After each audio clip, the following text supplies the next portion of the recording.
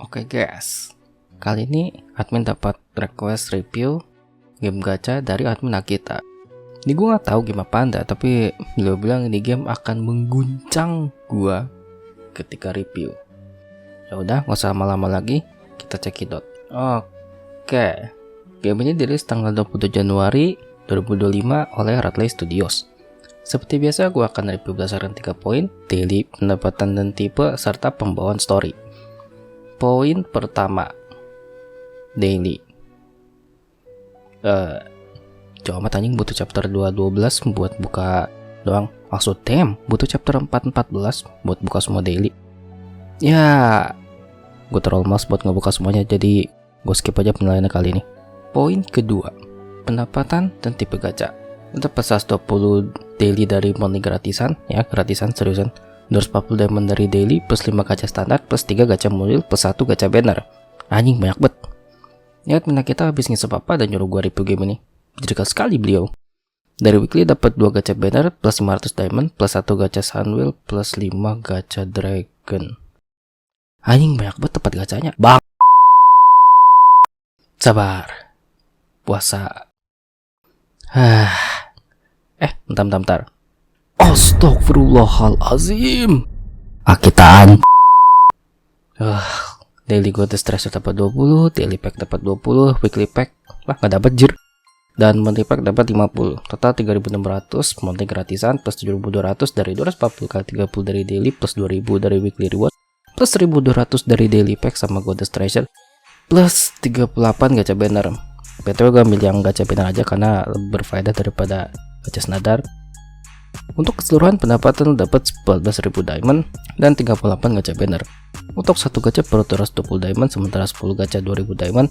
Nggak perlu untuk nyoba, gue yakin udah pasti nggak bisa nombok. Jadi sisanya 14.000 dibagi 2000 dapat 70 tanpa sisa. Total dapat 180 dalam 1 bulan. Warok coy. Tapi di game ini nggak ada pinti untuk gacha banner maupun standar dari yang gue lihat. Tapi ada sistem spark yang isinya gacha juga.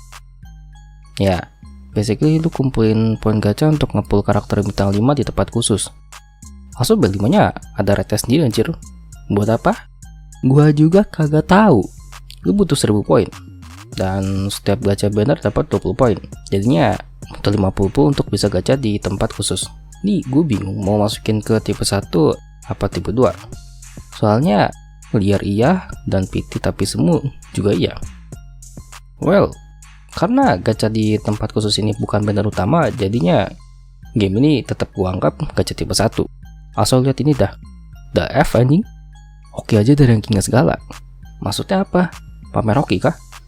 Kagak paham gua. Mana top 100 dikasih reward juga?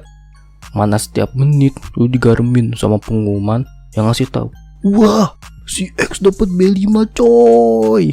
Selamat kan? Ayo gacha sekarang. Wah lah, Ci. Mungkin developer akan mengira kami sebagai pemain akan, wah, dia dapat bintang 5. Aku juga mau. Ayo kita gacha. Ya kagak lah kocak. Yang ada orang-orang malah kegaram. Apalagi yang didapetin pas banget yang diincer. Ya kalau asumsi park terus ke gacha tempat khusus, ya lu dapat 2 kali bintang 5 setiap bulan. Tapi karena banner utama gacha liar, jadi penilaiannya juga nggak ada. Jadi skip. Poin terakhir, pembawaan story. Gua speechless. Asli gue main gini bukannya neuron activation malah jadi inget Tuhan Ci. Apalah ini cok karakternya. Ya sebaiknya jangan main di depan orang tua atau di bulan Ramadan. Ya bahkan jangan mainin sih. Sekiranya ada voice-nya di story, jadi masih bisa didengerin lah ya. Sisanya karakter wayang bengkel kipas sus, yang dialog juga nggak kalah sus. Ini main Amogus jadi impostor mulu kah developernya? Untuk penilaian, gua kasih D. Hanya karena ada voice-nya di story. Entah gua nggak main sampai jauh, apakah voice-nya hilang ketika sampai chapter 3 atau 4, but who knows. Gue mikirnya ini developer sama kayak developer Scarlet Girls anjing, sama-sama VP system, sama-sama wayang sus, sama-sama story-nya nggak menarik. Lu pada juga nyadar gak sih? Ini game udah kayak bootstrap buat front end anjing, sama-sama template semua anjir. Nih ya, game AFK, cek. VP system, cek. Ada orang dapat B5 dipamerin, cek. Story yang basically non-existent, cek. Pengisi suara JP, cek.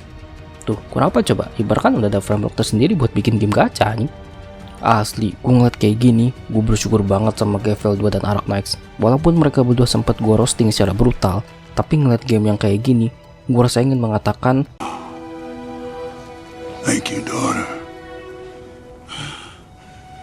Perhaps I treated you too harshly. dan tentunya gue bersyukur pada Kuro Games, Hoyo, Blue Poch, Mika Team, Hypergrip, dan studio lainnya yang membuat game secara proper. Gue tahu kadang game mobile itu cuannya gak ngotak, tapi gue juga ogah anjir main game sampah. Menurut gue juga ini masalah pada game gacha di handphone. Mereka ngeliat FGO dan kepikiran, bikin game gacha cuan cuy, gas lah. Ya jadinya ngebala anjir di Play Store game gacha yang sampah dan gak ada esensinya. Dan gue herannya ada aja orang yang doyan sama game ginian. Like bro, why? Alasan game kayak gini banyak bermunculan gara-gara lu pada mainin jir. Tapi bang, gue F2P sama aja kocak. Lu ngebuat game menjadi naik di popularitas, ngebuat para whale game gacha malah jadi top up di game ini, padahal mah ada game lebih baik buat di top up cuy. Overall, jangan mainin game asli. Lu mending main Nikke atau Crazy Ones dah kalau lu mau bengkel kipas kalian. Lu sengaja ya ngasih gue game ginian buat review pas puasa? Gue lah.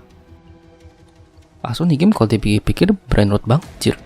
Bukan karena bikin kecanduan kayak penyakit balatro gila, tetapi cok, gue AFK, gue tampil air pas lagi sahur.